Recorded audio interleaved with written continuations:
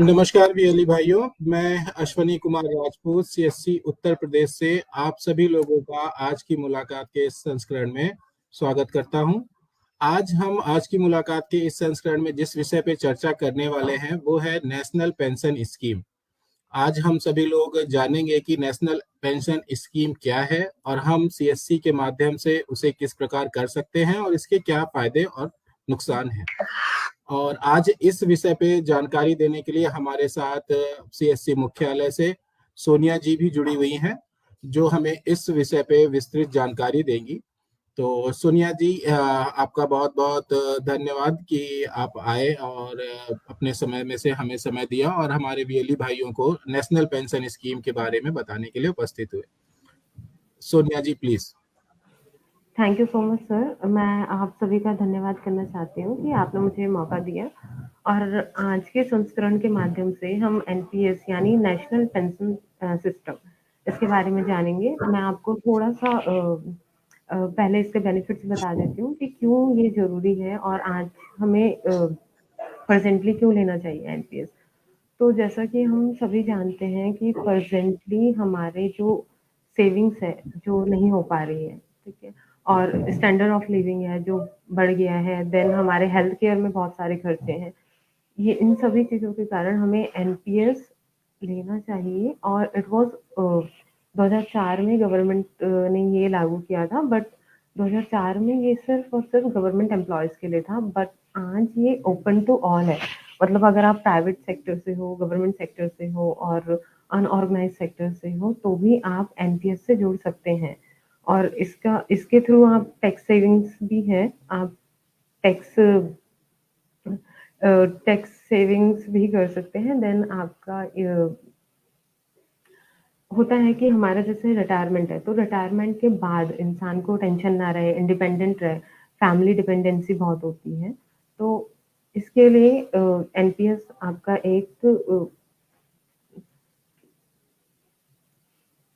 आप एनपीएस से जुड़ सकते हैं इसके लिए, ठीक है। तो नेशनल पेंशन सिस्टम, जैसे कि मैंने आपको बताया कि एनपीएस स्लाइड,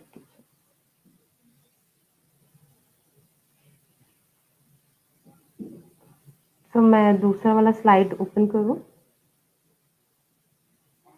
तुम इससे कंटेंट आप जा करके स्लाइड डायरेक्ट उस पे जाइए, अपने पीडीएफ पे जाइए, उसको स्क्रॉल करिए उस पे। ठीक है, हाँ जी। जैसे कि why is retirement planning important, तो रिटायरमेंट क्यों इम्पॉर्टेंट है, ठीक है। जैसे मैंने आपको पहले भी बताया था, राइजिंग हेल्थ केयर कॉस्ट। तो आज की इतना हेल्थ केयर का जो कॉस्ट है, बहुत तरह के डिजीजेस हैं, बीमारियां हैं, तो ये जो इन पे खर्चे हैं बढ़ गए हैं, उसके लिए एनपीएस इम्पॉर्टेंट है। Then increasing standard of living, हमारा जो आजीविका है और जीने का तरीका है वो बढ़ गया है, उसके खर्चे भी बढ़ गए हैं।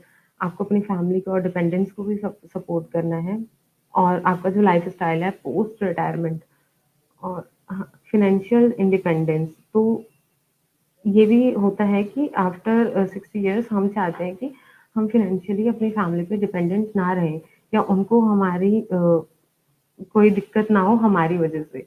तो इसके लिए भी हमें रिटायरमेंट के लिए प्लान करना बहुत इम्पोर्टेंट है।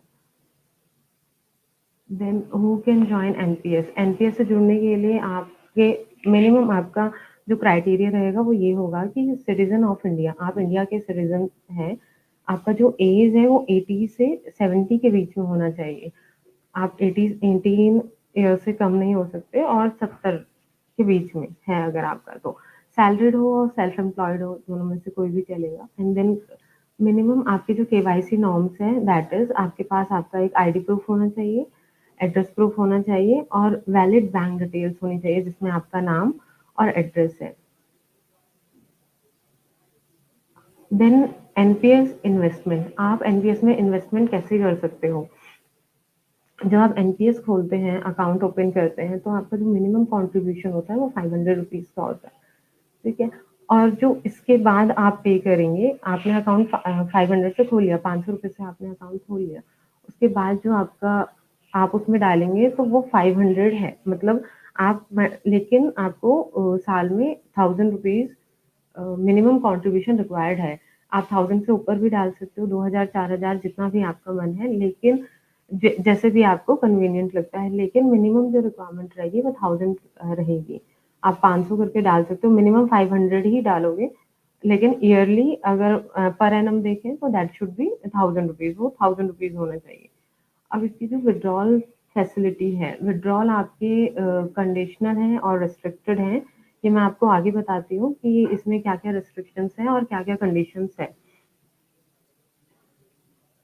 देन एनपीएस के बेनिफिट्स क्या क्या है, ये एक तो ये रेगुलेटेड है।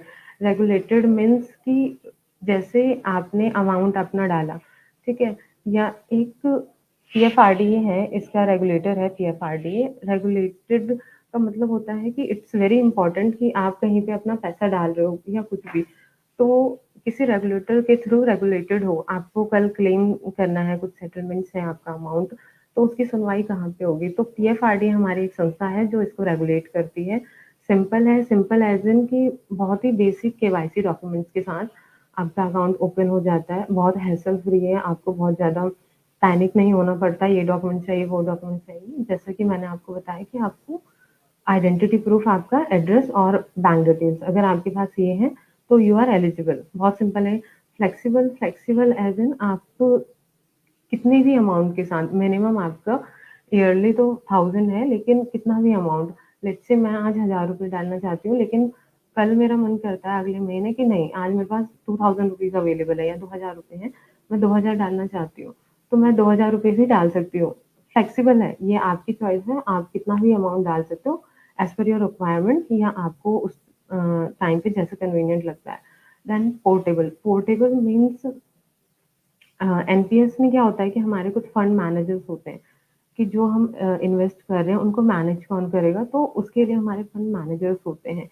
ये आपका, तो ये पोर्टेबल ऐसे है कि आप क्या कर सकते हो, अपना फंड मैनेजर्स खुद चूज कर सकते हो, एंड ईयरली, साल में एक बार आप उसको चेंज भी कर सकते हो। आज आप दिल्ली में रहते हो, लेकिन कल आप यूपी शिफ्ट होते हो या कहीं भी शिफ्ट होते हो, तो वहां से आप अपना अकाउंट जो है वो एक्टिव रख सकते हो, यानी आप उसको रेगुलेट कर सकते हो अपने अकाउंट को। थर्ड आपका है टैक्स सेविंग। टैक्स सेविंग से आप इसमें 50,000 तक का 80 CCD के थ्रू 50,000 तक का आप अपना टैक्स बचा सकते हो। Transparent cost structure, that means कि हमारे जितने भी चार्जेस है वो वेल डिफाइंड है, इसके पीछे कोई भी हिडन चार्जेस नहीं है। जैसे आपने बहुत सी स्कीम्स में, पॉलिसीज में देखा होगा, आपको बताते कुछ है, देन आप जब प्रोसीड करते हो या उसमें चले जाते हो, आप ले लेते हो policy, you get to know कि इसमें बहुत सारे हिडन चार्जेस भी है, टर्म्स एंड कंडीशन जो आपकी बताई नहीं गई। तो एनपीएस में ऐसा कुछ नहीं है, सब कुछ वेल डिफाइंड है। चार्जेस जो है आपको जितना बताया गया है उतना ही अमाउंट आपका लिया जाएगा या उतना ही डिडक्शन होगा, ठीक है। Selection of pension fund and investment option, आपके पास 4 इन्वेस्टमेंट ऑप्शन होते हैं, asset class E, asset class C, G, A, ठीक है। तो equity, E stand for equity. Equity में क्या होता है कि आपकी ना एक कैपिंग होती है कि आप 75% ही इसमें इन्वेस्ट कर सकते हो। एंड देन क्लास एक कॉर्पोरेट बॉन्ड है, इसमें आपका 50% रहता है। गवर्नमेंट सिक्योरिटीज में आपका 20% रहता है, और ऑल्टरनेट एसेट्स में आप 5% ही इन्वेस्टमेंट कर सकते हो। ये कैपिंग है। इसके बारे में मैं आगे आपको थोड़ा सा और ब्रीफ कर देती हूँ नेक्स्ट स्लाइड में। पेंशन फंड्स करंटली, अभी ये थोड़ा सा पुराना बीपीटी है, बट इसमें 7 है, ठीक है। टोटली अभी हमारे पास करंटली 10 पेंशन फंड मैनेजर्स हैं जो आपके फंड्स को रेगुलेट करते हैं और टेक केयर करते हैं। हाँ जी, ये। तो एनपीएस में अब आते हैं हम इन्वेस्टमेंट ऑप्शंस पे। हमारे पास 2 तरह के इन्वेस्टमेंट ऑप्शंस होते हैं, एक्टिव चॉइस और ऑटो चॉइस, ठीक। एक्टिव में क्या होता है, अगर सब्सक्राइबर को पता है, ठीक है, तो वो इक्विटी में उसको जाना है। यहाँ पे वैसे 75% है, मैं एक सब्सक्राइबर हूँ, ठीक है, मुझे मान लीजिए मुझे एनपीएस का नॉलेज है, और ये एज पे डिपेंड करता है। मैं आज 20 साल की हूँ, ठीक है, मेरा एज 20 साल है, तो मैं रिस्क लेना पसंद करूंगी। इक्विटी मीन्स आप इक्विटी में आपके हाई रिस्क होते हैं और लेकिन रिटर्न्स भी हाई होते हैं। कॉर्पोरेट बॉन्ड में आपके मॉडरेट रहते हैं, ठीक है। गवर्नमेंट में थोड़े कम रहते हैं। ऑल्टरनेट में आप 5%, हाँ, इसमें कैपिंग होती है। देन ऑटो चॉइस में आप क्या कर सकते हो, एग्रेसिव, मॉडरेट और कंजर्वेटिव, ये वो लोग कर सकते हैं। लेट्स से मुझे एनपीएस के बारे में बहुत ज़्यादा नहीं पता है, तो एक ऑटो चॉइस होता है, ये आपके फंड मैनेजर्स के थ्रू होता है। आप क्या कर सकते हो, एग्रेसिव लाइफ साइकिल का मतलब होता है, जैसे कि नाम से पता चल रहा है aggressive. Aggressive means high risk and high return. Moderate means 50 वाला रहता है इसमें, ठीक है, रिस्क लो रहता है और रिटर्न्स भी वैसे ही रहेंगे। कंजर्वेटिव में बिल्कुल ही आप लो पे आ जाते हो, ना आप रिस्क ले सकते हो, ये उन लोगों के लिए अच्छा है जो 50-55 में इन्वेस्ट करते हैं एनपीएस में। देन एग्रेसिव, आप अगर 20 से 30 साल के बीच में हो, आप एग्रेसिव लाइफ साइकिल चूज कर सकते हो। मॉडरेट लाइफ साइकिल 40 तक का है कोई, तो उनके लिए अच्छा है। टैक्स बेनिफिट में क्या है, 80 सीसीडी के अंतर्गत आप 50,000 तक का आप अपना टैक्स बचा सकते हो, इसमें क्लेम कर सकते हो। पार्शियल विड्रॉल में अब मैं एक सब्सक्राइबर हूँ, मैंने अपना अमाउंट एनपीएस में इतना इतना इन्वेस्ट किया है, बट अब मुझे कोई अर्जेंसी होती है, लेट्स से मेरे बच्चों की शादी है, मुझे हायर एजुकेशन के लिए चाहिए, किसी के लिए भी, तो एट टाइम्स हर किसी की रिक्वायरमेंट होती है कि उनको अर्जेंसी आ सकती है। विड्रॉल का जो इसमें सिनेरियो रहता है वो ये रहता है कि एटलीस्ट मैं 3 साल तक एनपीएस में जुड़ी हुई होनी चाहिए, मतलब एनपीएस में मुझे मिनिमम 3 साल कंटिन्यू हो गए हैं, तब जाके ऐसा नहीं हो सकता कि मैंने आज 2023 में एनपीएस खुलवाया और मैं कल कहती हूँ कि नहीं मुझे अपना अकाउंट क्लोज करना है due to some reason, but वो नहीं हो सकता है। अगर मुझे 3 साल हो गए हैं तो ही मैं पार्शियल विड्रॉल कर सकती हूँ। देन सेकंड आपका है अमाउंट। अब मैंने एनपीएस में कुछ अमाउंट डाला है, ठीक है, मैं उसमें से सिर्फ 25% ही निकाल सकती हूँ। लेट्स से मेरा 1 लाख का इन्वेस्टमेंट है और मैं बोलती हूँ कि मुझे किसी ज़रूरी पर्पज़ से, जैसे कि मैंने आपको बताया कि हायर एजुकेशन है, मैरिज है या कुछ भी काम है, मेडिकल एक्सपेंसेस है मेरे, उसकी वजह से, बट मैं 25 से ऊपर नहीं निकाल सकती। अगर मेरा 1 लाख का अमाउंट है तो मैं 25,000 ही निकाल पाऊंगी, इससे ऊपर एक्सीड नहीं होगा मेरा। मैं 25,000 ही विड्रॉ कर सकती हूँ, इससे ज़्यादा नहीं। और मैक्सिमम मैं कितना इसमें विड्रॉ कर सकती हूँ, अभी से लेके ड्यूरिंग द एंटायर टर्नओवर, मतलब अभी से लेके जब तक मैं एनपीएस के साथ हूँ, या मतलब मुझे लगा लीजिए कि पूरे 60 साल तक मैं सिर्फ 3 ही बार निकाल सकती हूँ उसको, 3 से ज़्यादा एक्सीड नहीं हो सकता, और तीनों में मुझे 25% ही मिलेगा। उसका भी एक पर्पज़ होता है कि वो हायर एजुकेशन, आपके बच्चों का, किसी का भी हायर एजुकेशन है, मतलब उनको आगे की पढ़ाई करनी है या उनकी शादी है, आप कोई घर खरीदते हैं या उसका कंस्ट्रक्शन है, या कोई भी बीमारी है उसका ट्रीटमेंट के हैं, तो इन सब चीज़ों की वजह से एक पर्पस आपका डिफाइंड होना चाहिए कि आपको क्यों चाहिए, और वो भी 25% ही आपको विड्रॉ कर सकते हैं, उससे एक्सीड नहीं हो सकता है। एग्जिट विड्रॉल्स, अब कुछ सिनेरियोज ऐसे भी आते हैं कि एग्जिट, अगर मैंने एनपीएस ले तो लिया है, अब मैं 60 साल में या उससे पहले, या इन केस कोई मिसहैपनिंग होती है, डेथ होती है, तो मैं इसमें विड्रॉ कैसे करूँगी।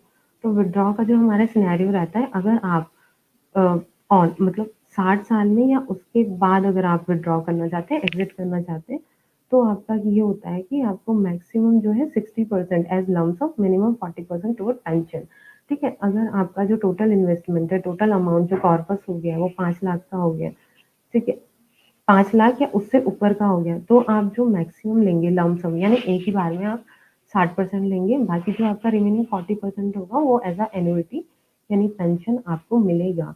लेकिन अगर आपका कॉर्पस यानी टोटल अमाउंट 5 लाख से कम है, तो आपको 100% एज अ लमसम मिल जाता है, ठीक है, यानी आपको एक ही बार में 100% एक ही बार में विड्रॉ कर सकते हैं आप अमाउंट बिफोर 60 ईयर। अब आप अगर आप 60 साल से पहले अमाउंट विड्रॉ करना चाहते हैं, आप कंटिन्यू नहीं करना चाहते हैं, आप एग्जिट करना चाहते हो, तो इसमें क्या होगा, आपको अगर आपका कॉर्पस 2.5 लाख, ठीक है, अगर आपका 2.5 लाख से कम है, तो आप क्या करेंगे, 20% ही आपको एक बार में मिलेगा, बाकी जो 80% होगा उसका आपका एक पेंशन बंध जाएगा, वो आपके पेंशन के तौर पर मिलेगा। लेकिन इसकी एक कंडीशन है, आप एग्जिट तभी पूरी तरह से, पूर्ण तरह से आप तभी एग्जिट कर सकते हो एनपीएस में, अगर आपको उसमें 5 साल हो गए हैं तो। 5 साल से कम हुआ है, आप उससे एग्जिट नहीं कर सकते। अब ये बात याद रखिएगा कि पार्शियल विड्रॉल और पूरी तरह से विड्रॉल में डिफरेंस है। पार्शियल विड्रॉल मतलब आप कुछ अमाउंट निकाल रहे हैं और फुल विड्रॉल का एग्जिट और विड्रॉल का मतलब होता है आप उससे एग्जिट ही कर रहे हो। तो पार्शियल विड्रॉल में आपका मिनिमम 3 इयर्स रहता है और जब आप एग्जिट करते हो सिस्टम से या अकाउंट आपका बंद करना चाहते हो, सिस्टम से एग्जिट करते हो, तो उसके लिए आपको मिनिमम 5 इयर्स एनपीएस में होने चाहिए।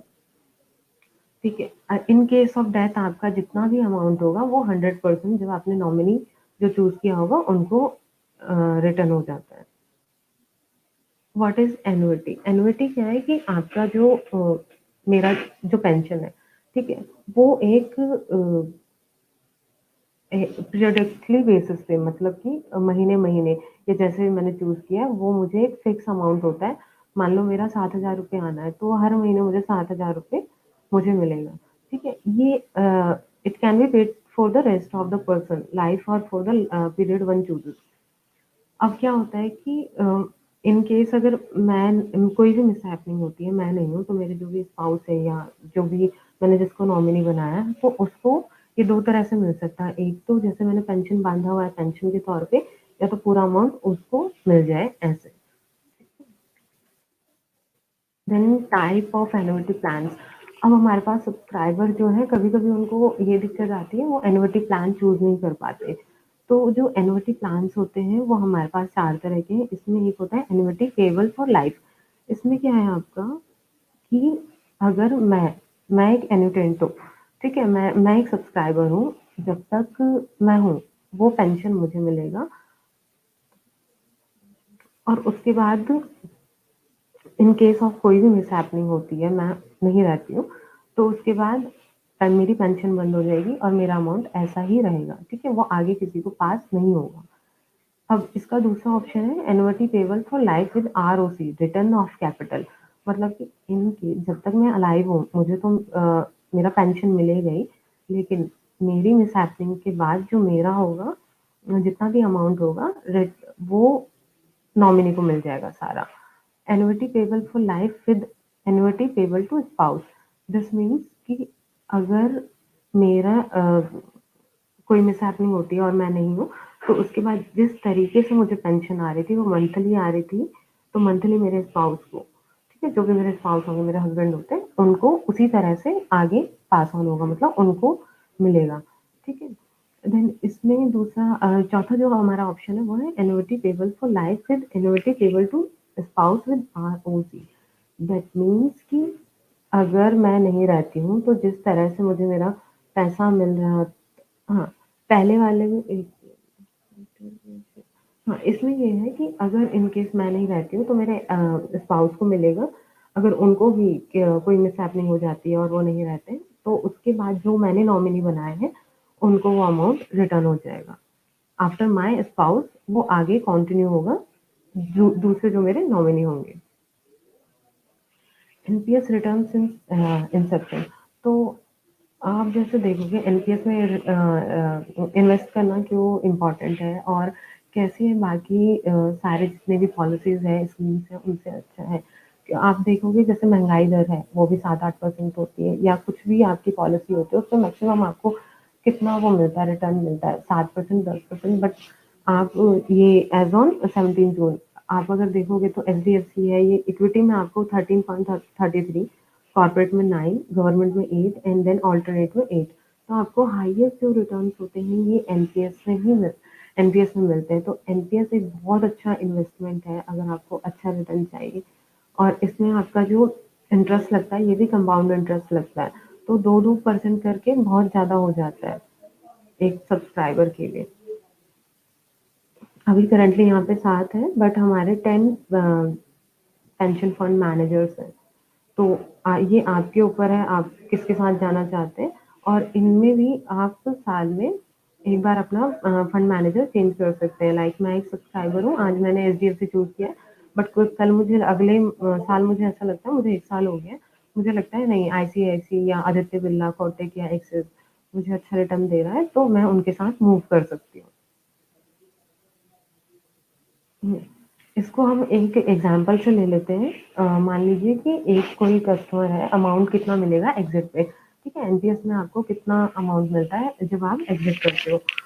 तो मान लीजिए मैं एक सब्सक्राइबर हूँ, मुझे मेरा एज जो एज है वो 25 है, 25 ईयर है, ठीक है। अब मैं 60 साल के हिसाब से चल रही हूँ, तो 25 मेरा एज है, मैं 35 साल तक इन्वेस्ट करूँगी और हर साल मिनिमम जो कंट्रीब्यूशन है हमारा 1000 का है, ठीक है। मैं 1000 का करती हूँ कंट्रीब्यूशन, तो जो टोटल इन्वेस्टमेंट है मेरा 4,20,000 35 साल तक, आगे के 35 साल यानी वंस मैं 60 की हो जाती हूँ तब तक मेरा 4,20,000 हो जाएगा। उसके बाद जो इसमें इन्वेस्टमेंट होगी ये हमने एजम्पशन 10% पर एनम के हिसाब से लिया, ठीक है।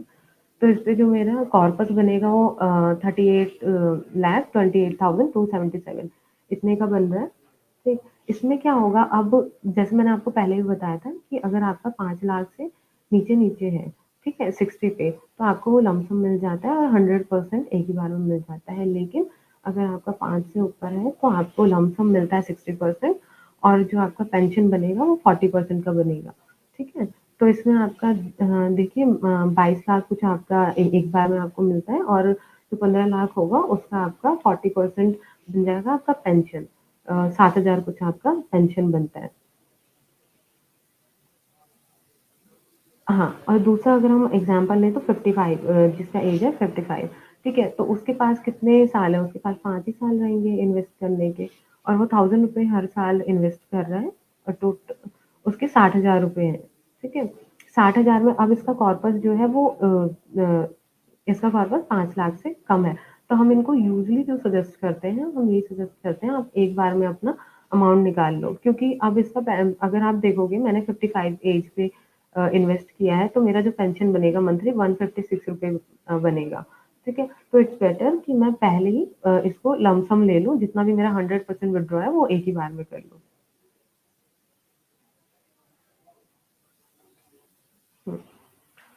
चार्जेस तो इसमें जो है वीएलई कमीशन है वो 184 रुपीज़ का होता है, यानी जब आप रजिस्ट्रेशन करते हो एनपीएस का, किसी भी सब्सक्राइबर का आप रजिस्ट्रेशन करते हो तो 500 मिनिमम वो आपको 500 से आपका अकाउंट ओपन होता है। इसमें जो आपका कंट्रीब्यूशन और रजिस्ट्रेशन फी मिला के आपका जो कमीशन हो जाता है वो 184 रुपीज़ है।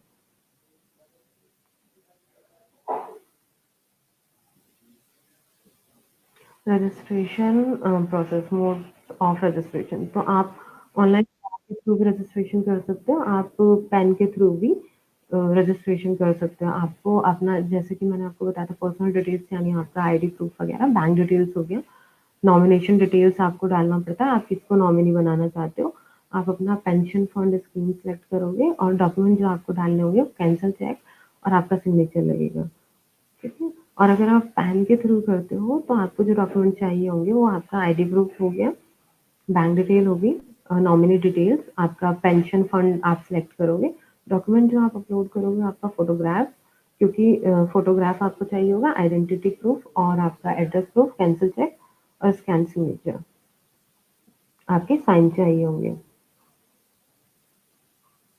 हाँ, अब आप ये कैसे कर सकते हो, जब आप डिजिटल सेवा पोर्टल ओपन करते हो आपको नेशनल पेंशन सिस्टम सर्च करना है, सर्च बार में वहाँ पे आपको वहाँ पे आपको नेशनल पेंशन सिस्टम का ऑप्शन दिखेगा, आप उस पर क्लिक करोगे जैसे कि आपको स्क्रीन पे भी दिख रहा होगा,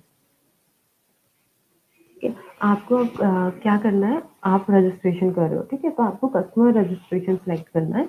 एडिशनल कंट्रीब्यूशन यानी कि आपने अगर किसी का रजिस्ट्रेशन किया हुआ है पहले और वो आपके पास सब्सक्राइबर आते हैं कि मुझे इसमें अब और पैसा डलवाना है, एडिशनल कंट्रीब्यूशन मतलब उसका रजिस्ट्रेशन वगैरह सब हो रखा है, वो आपको जैसे रिन्यू करने आ रहा है एक तरह से, ठीक है। तो आप एडिशनल कंट्रीब्यूशन पे तब जाएंगे, रजिस्ट्रेशन के लिए पहले आप कस्टमर रजिस्ट्रेशन सेलेक्ट करेंगे।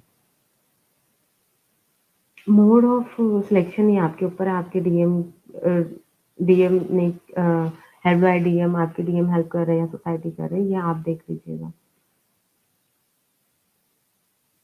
देन जो एप्लीकेंट है उसका पैन प्रोवाइड करेंगे आप, यानी पैन नंबर आपको इसमें पैन नंबर डालेंगे सब्सक्राइबर का, जो भी आपके कस्टमर होंगे उसका आप पैन नंबर डालोगे। Initial details to be provided, आपको जो डिटेल चाहिए होगी, एक नाम चाहिए होगा पूरा, नाम में देख लीजिएगा कि जो आपके पैन से या जो डॉक्यूमेंट से का जिस भी डॉक्यूमेंट पे आपका वही नाम हो, जो नाम हो वही आप इसमें सब्सक्राइबर रजिस्ट्रेशन भरेंगे। मोबाइल नंबर इम्पॉर्टेंट है, ईमेल आईडी इम्पॉर्टेंट है, आपका कंट्री कोड, ठीक है। ध्यान रखिएगा जब भी आप डिटेल्स भरते हो तो आप उसको अच्छे से भरें, क्योंकि बाद में दिक्कत आती है फिर नेम मिसमैच हो जाता है, ठीक है। तो ये आपका बहुत से सिनेरियो में अप्रूव भी नहीं होता है, रिजेक्ट हो जाता है। आपको कुछ पर्सनल डिटेल्स प्रोवाइड करनी है, जैसे कि आपका रेजिडेंट स्टेट हो गया, आपका पैन नंबर हो गया, email ID, gender, date of birth, ये आपका पर्सनल डिटेल्स है जो आप प्रोवाइड करेंगे। Registration mode to be selected, KYC detail. अब ये आपका है कि आप पैन के थ्रू कर रहे हो या आधार के थ्रू कर रहे हो, दैट डिपेंड्स आप किसके थ्रू करना चाहते हो। अगर आप आधार नंबर देते हो, ठीक है, तो आपको अब ये है कि आप जब आधार नंबर दोगे तो आपको डिजी लॉकर का पासवर्ड, डिजी लॉकर होता है उसका आपको पासवर्ड मांगेगा, जो भी आपने पिन कोड बनाया होगा, सॉरी, वो पिन कोड आपका मांगेगा और आपको वो डालना है इसमें डिजी लॉकर के थ्रू।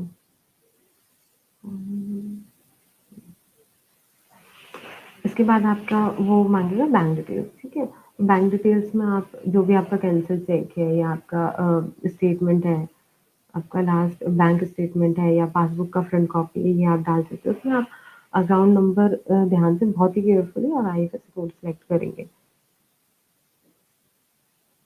ठीक है।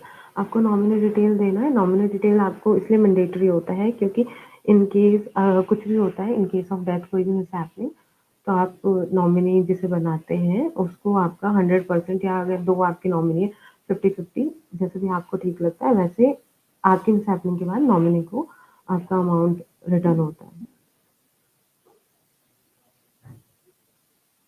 ये जैसे मैंने आपको पहले बताया पेंशन फंड मैनेजर्स हैं, आप ऑटो है तो आप देख सकते हैं, आपको ऑटो एक्टिव चॉइस आपको जैसे ठीक लगता है आप उस हिसाब से अपना चूज कर सकते हैं। आप एचडीएफसी के साथ जाना चाहते हैं, आदित्य बिरला या जिस भी आप ज़्यादा रिलायबल लगे आपको उनके साथ आप जा सकते हैं, या जहाँ आपको लगता है आपको रिटर्न हाई मिल सकते हैं। आपको जो डॉक्यूमेंट्स अपलोड करने होते हैं दैट इज़ फोटोग्राफ, अपना सिग्नेचर, पैन के थ्रू करते हैं तो आपका आईडी प्रूफ लगेगा, एड्रेस प्रूफ लगेगा, देन आपका फोटोग्राफ, सिग्नेचर और कैंसिल चेक। और अगर आप आधार के थ्रू करते हैं तो आपका सिग्नेचर रहेगा एक और बैंक डिटेल्स रहेगी। वॉलेट का आपको लॉगिन करना है। वॉलेट का लॉगिन इसलिए करना है क्योंकि जब भी आपके पास आप वॉलेट से ही आपका अमाउंट डिडक्ट होता है, ठीक है। तो wallet login to be done. आपको एक रजिस्ट्रेशन एंड कॉन्ट्रीब्यूशन रिसीप्ट मिलेगा, ये आप अपना इसमें आपके चार्जेस वगैरह हैं कि कितने कितने चार्जेस हैं, ये आपको प्रोवाइड होगा। एडिशनल कॉन्ट्रीब्यूशन, आप जैसे आपने पहले गए थे डिजिटल सेवा पे, डिजिटल सेवा पोर्टल पे आप लॉगिन करेंगे, देन नेशनल पेंशन सिस्टम आप सर्च बार में सर्च करके डालेंगे उसमें नेशनल पेंशन सिस्टम, वहाँ पे आप क्लिक करेंगे। तो जब हम रजिस्ट्रेशन करते हैं तो हम कस्टमर रजिस्ट्रेशन पे जाते हैं।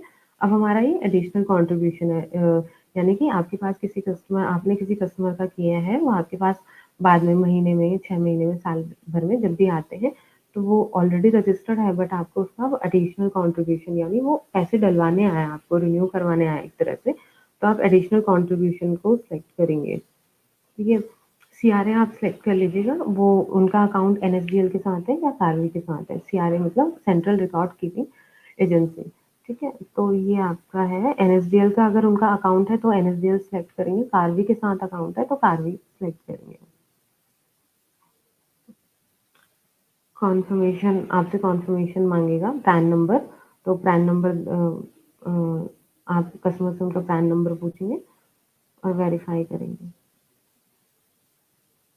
देन वंस यू वेरीफाई, ये अपने आप ही उनका नेम वगैरह फैच कर लेता है। अमाउंट आप खुद से आप डालते हैं कि कितना आपका अमाउंट डालना है, कितना कस्टमर करना चाहते हैं पेमेंट।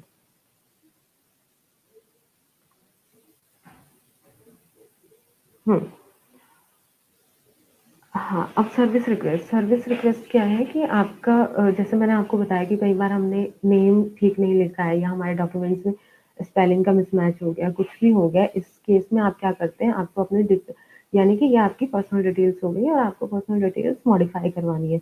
बैंक डिटेल्स में आज मेरा एसबीआई का है बैंक, कल मैं कहीं और शिफ्ट हो जाती हूँ या मुझे लगता है नहीं मैंने एसबीआई बंद करवा के अपना आईसीआईसी में अपना अकाउंट खुलवा लिया, आपको वो मॉडिफाई करवाना है या नॉमिनी डिटेल्स आपको चेंज करवानी है। आज मैंने अपनी मम्मा को बनाया लेकिन कल मुझे लगता है नहीं मुझे अपने ब्रदर को नॉमिनी बनाया है। तो इन सब केसेस में आप क्या करते हैं, एक सब्सक्राइबर मॉडिफिकेशन फॉर्म जिसे हम S2 फॉर्म भी कहते हैं, इसे वो लगता है। ये आप क्या करेंगे, पेंशन यहाँ पे एक पेंशन का आईडी है pension@csc.gov.in, ठीक है। आप इसमें हमें भेज सकते हो।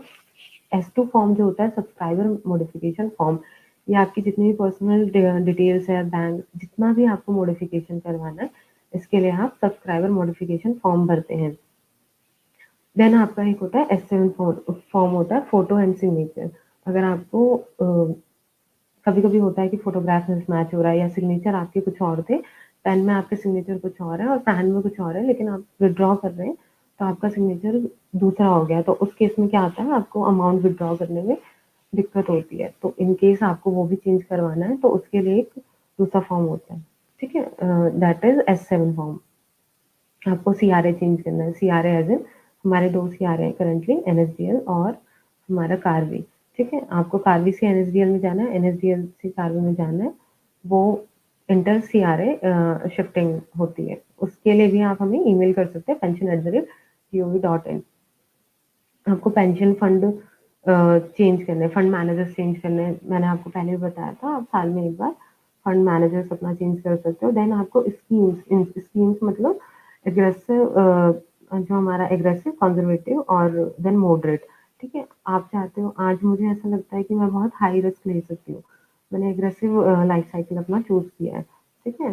चॉइस जो इन्वेस्टमेंट ऑप्शन है मेरे, लेकिन मुझे लगता है अगले साल मैं सोचती हूँ कि नहीं मुझे मॉडरेट रहना चाहिए, मैं मॉडरेट ज़्यादा प्रेफर करती हूँ, तो मैं अपना चेंज कर सकती हूँ और ये साल में 4 बार आप चेंज कर सकते हो।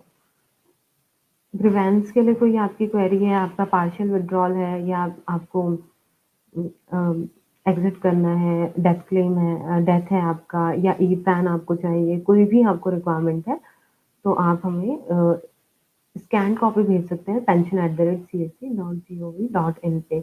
और अगर आपको फॉर्म्स वगैरह कहीं से भी डाउनलोड करना है, कभी ऐसा होता है हमारे पास फॉर्म नहीं है, ठीक है, तो उसके लिए आप सीआरए की ये जो वेबसाइट है nps.kfintech.com, इसको अगर आप ओपन करेंगे यहाँ से आप कोई सा भी फॉर्म डाउनलोड कर सकते हैं। Thank you.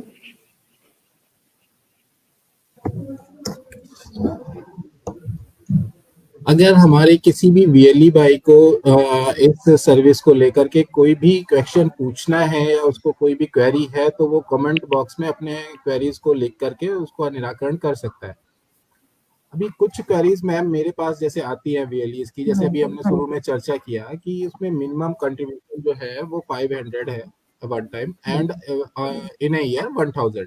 तो ये मैक्सिमम कैपिंग भी है इसकी कि हम कितना मैक्सिमम कर सकते हैं, एक बार अगर वीएलई भाइयों को ये भी पता चल जाए तो थोड़ा सा आसानी है कितना मैक्सिमम देखिए, कंट्रीब्यूशन कर सकते हैं मेरे मिनिमम देखो, आप डिजिटल सेवा पोर्टल के थ्रू जो वॉलेट से डिडक्ट होता है, ठीक है, तो उसका 49999 यानी 49,999 इतना ही वो वॉलेट से आपका डिडक्ट होता है। इससे ऊपर इस पे कैपिंग है, 50 नहीं कर सकते आप।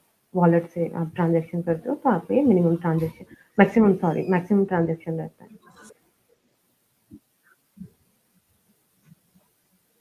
क्योंकि हमारा वीएलई करेगा तो वो वॉलेट से ही दूसरी करेगा। जो क्वेरी होती है, ठीक है, अभी दूसरी एक क्वेरी आती है, जैसे अभी हमारे पास बहुत सारे वीएलई हमारे गवर्नमेंट जो एम्प्लॉय हैं उनका एनपीएस करते हैं, तो वहां पे ये रहता है कि उनको एनएसडीएल के थ्रू चाहिए होता है, वो उनको रिक्वायरमेंट होती है। हाँ तो जी, हाँ उस जी। केस में क्या करें कि हम वो कितने दिन में हो जाता है उनका, जो हम सीआरए फॉर्म उनका लेते हैं कि वो हम चेंज करवाने के लिए, तो वो कितना दिन लगता है कि वो चेंज हो जाता है? ठीक है, इसमें क्या होता है कि जैसे मेरा कार्वी का अकाउंट है, ठीक है, अब मेरा गवर्नमेंट जॉब लगता है, तो इसमें क्या होगा, मुझे एनएसडीएल का अकाउंट चाहिए होता है। ठीक, अब मैं क्या करूँगी, मैंने रिक्वेस्ट भेजा, ठीक है, तो ये रिक्वेस्ट जाता है, पहले आगे जाता है, ये एनएसडीएल को जाता है, तो ये थोड़ा-सा टाइम टेकिंग होता है।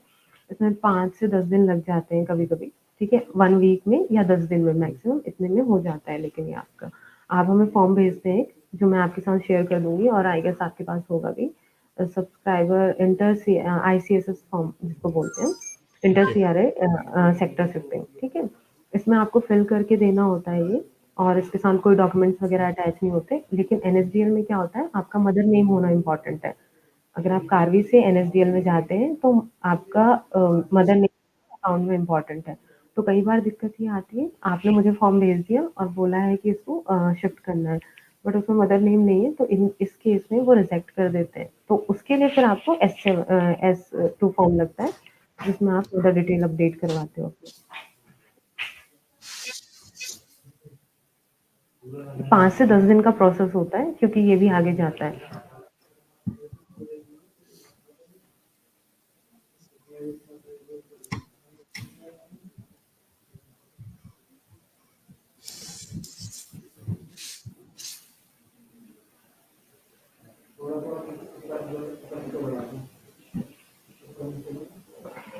जी, हमारे पास एक क्वेश्चन आया है अनूप गोयल जी। उन्होंने पूछ रहे हैं हमसे कि इसमें लॉगिन कैसे करना है, एंड पेज में 3 ऑप्शन है।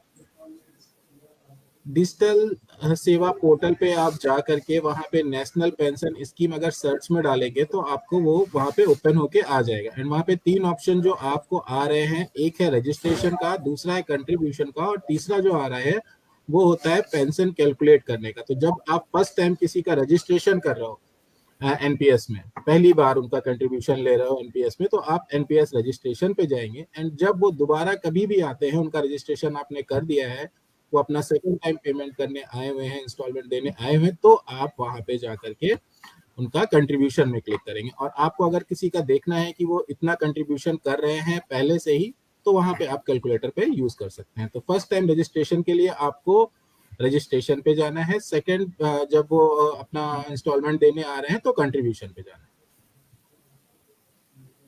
है। हाँ।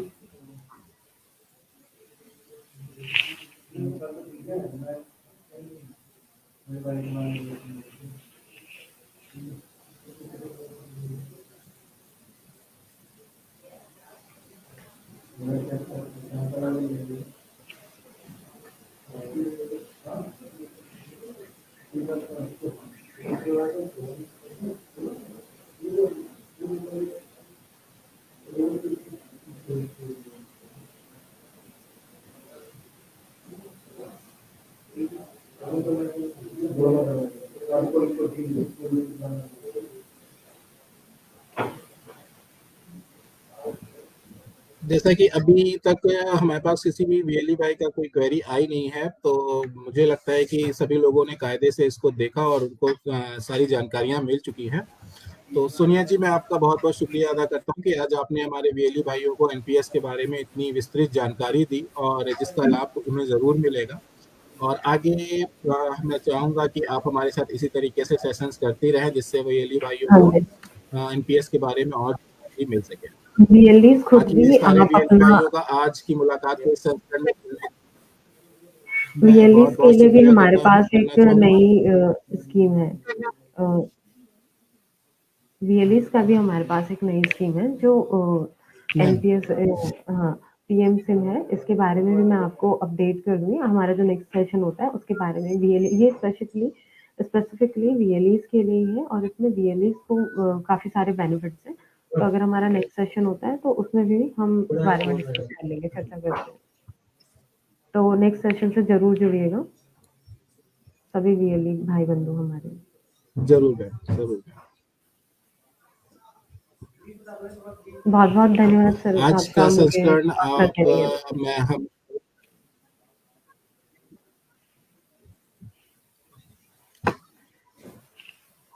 तो सोनिया जी, मैं अपने वीएलई भाइयों की तरफ से आपका बहुत बहुत शुक्रिया अदा करता हूं, और हम जल्दी ही नेक्स्ट सेशन में जुड़ेंगे अपने वीएलई भाइयों के साथ एक नया सेशन लेकर के, एक नए विषय पे।